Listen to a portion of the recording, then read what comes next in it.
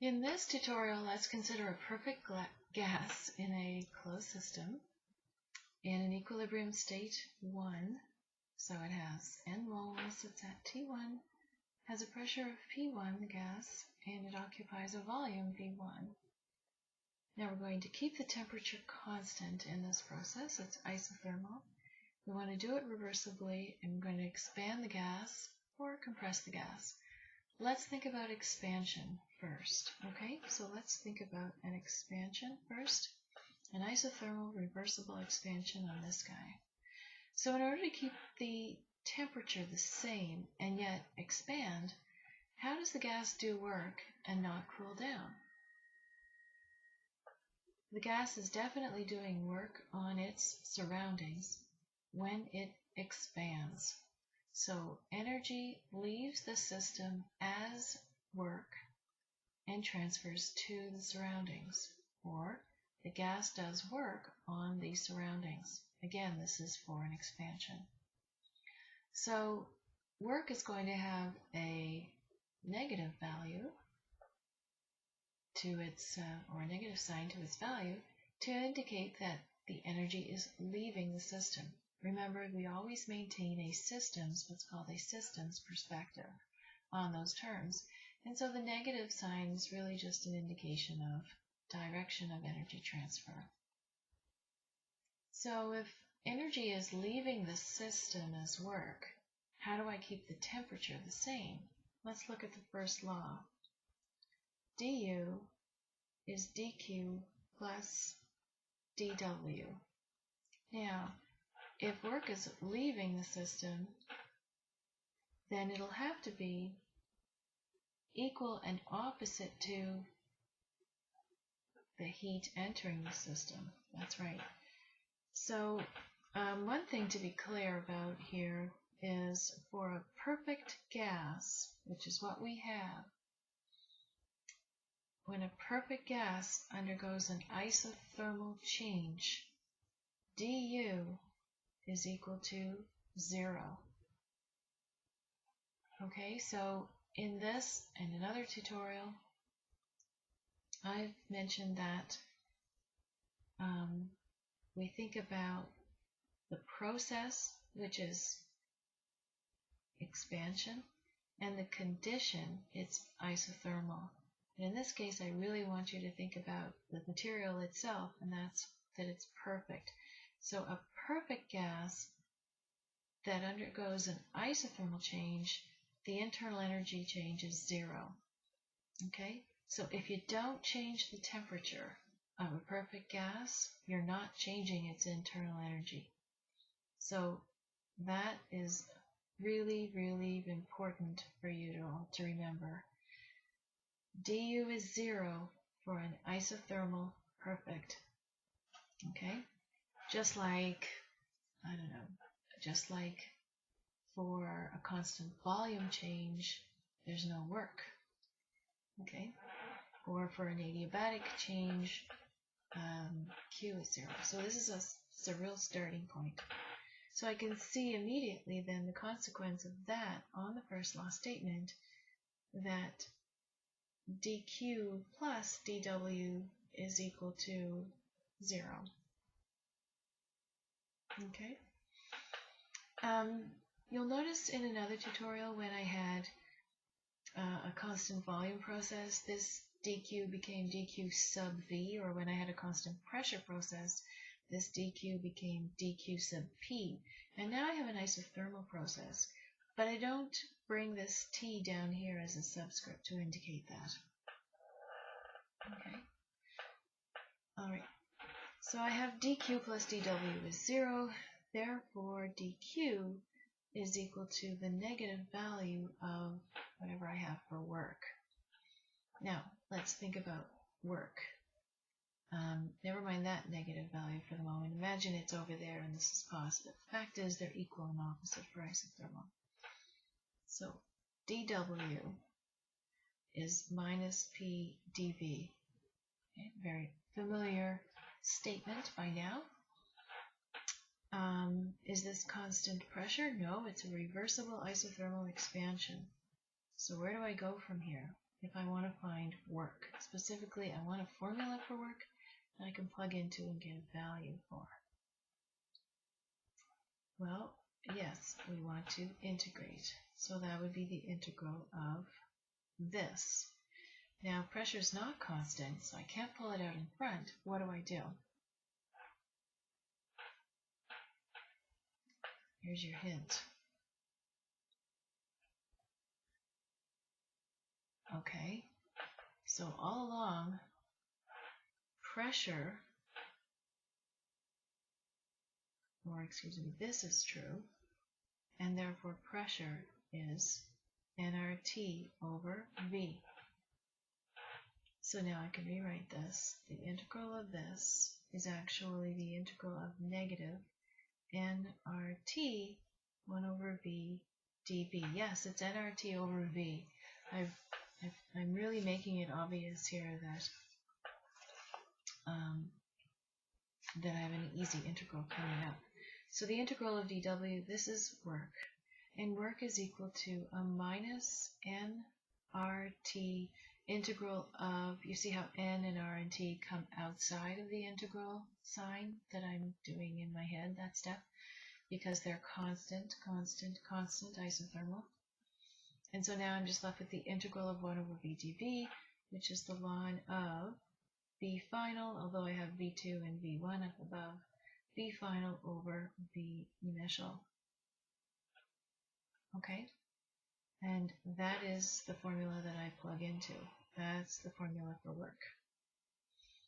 Now, if we are undergoing an expansion, the ln of v final over v initial will be a positive value multiplied by a negative, so work will be a negative, and that makes sense because in an expansion, energy is leaving the system as work.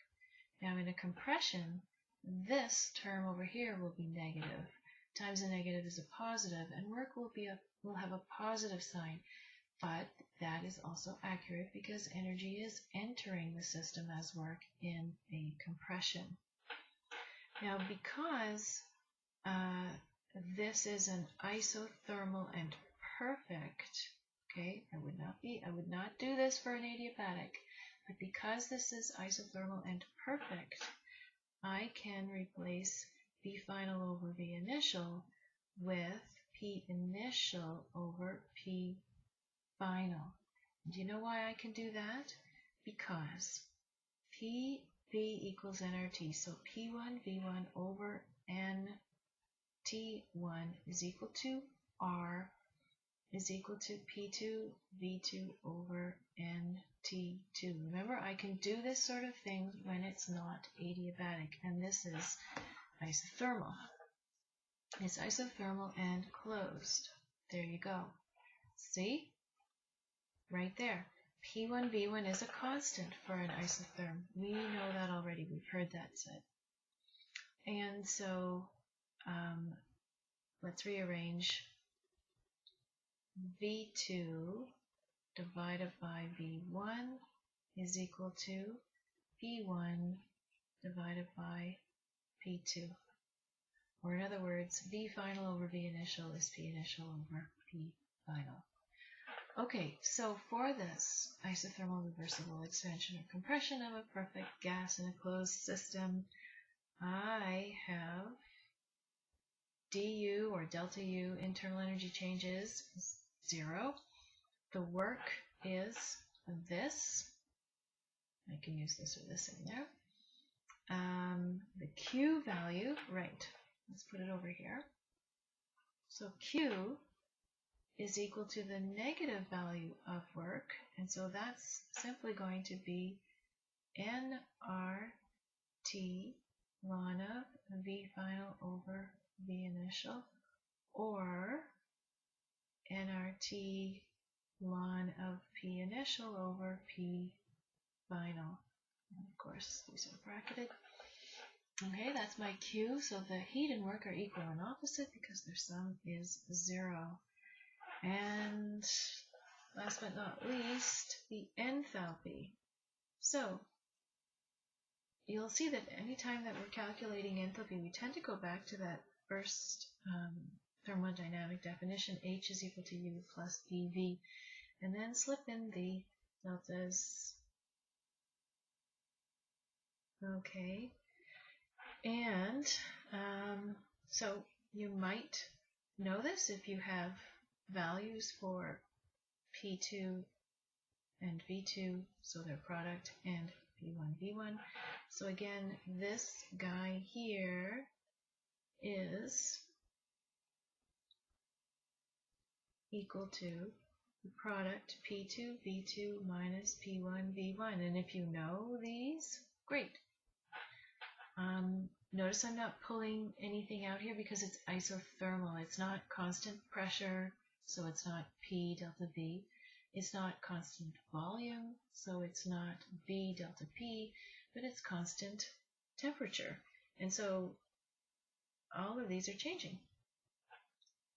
Alternatively, because PV is equal to nRT, then I can express the change in PV as being equal to the change in nRT, which of course is equal to N2RT2 minus N1RT1.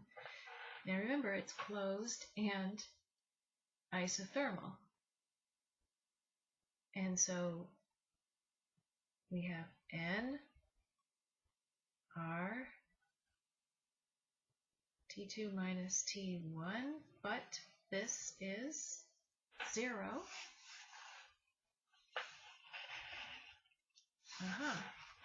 So delta H is equal to delta U plus delta PV. Hey, wait a minute. For an isotherm, doesn't PV equal a constant? And if it's a constant, therefore, wouldn't P1V1 equal P2V2? And so P2V2 minus P1V1 is 0? Yes, that is correct. So, put another way, PV is equal to nRT. But N and R and T are all constant. So, this is equal to 0 for a perfect gas that's undergoing an isothermal reversible expansion or compression. And we've already determined that this is 0, and so delta H is 0. Okay? And I think we've just exhausted everything. But let's actually go back up here to where we had everything just listed. And so I just want you to think about then what would be the value of delta N, of delta T, of delta P, and of delta V for this change. So let's again consider expansion. Now, by the way, our thought process here has been for expansion. Compression is exactly the same formula treatment. We would just have a difference of sign on work and therefore on heat. But everything equally applies. So, but let's just think of expansion. So for an isothermal expansion in a closed system, this is going to equal 0. Isothermal expansion, delta T is going to equal 0. Now, if I want to keep the temperature the same, what happens to the pressure in an isothermal expansion? So I'm going from, it's my piston here, the gas is here. So in an expansion, this volume is getting bigger, so why don't I say right away that I know that? So if the volume expands and the temperature stays the same, what happens to the pressure? Well, look over here. Oh, out of view. Remember we did this? So let's think about P2. P2V2 equals P1V1. So P2 is equal to P1 times V1 over V2. And in an expansion, this is going to be a fraction, right? Because V2 is bigger than V1. And so P2 is a fraction of P1, which means that in an expansion, P2 is going to be less than P1, and so delta P is less than 0, or in other words, it's negative. Okay? So all of these are for expansion. Now what about for compression? Closed system, 0. Isothermal, 0. Compression. Volume, negative. Pressure, going to go up. Okay, so that's the kind of thing that right here that you want to be able to do as well. Oh, and we have an extra one here. What about delta U? Think about that. Oh, you don't have to think about it for very long, do you? Because it's a perfect gas isothermal condition. It is 0. And delta H. Well, H is equal to, delta H is equal to delta U, 0, plus the delta PV. But for an isothermal process, PV is a constant. So it was 0 plus 0, 0, 0. That's complete.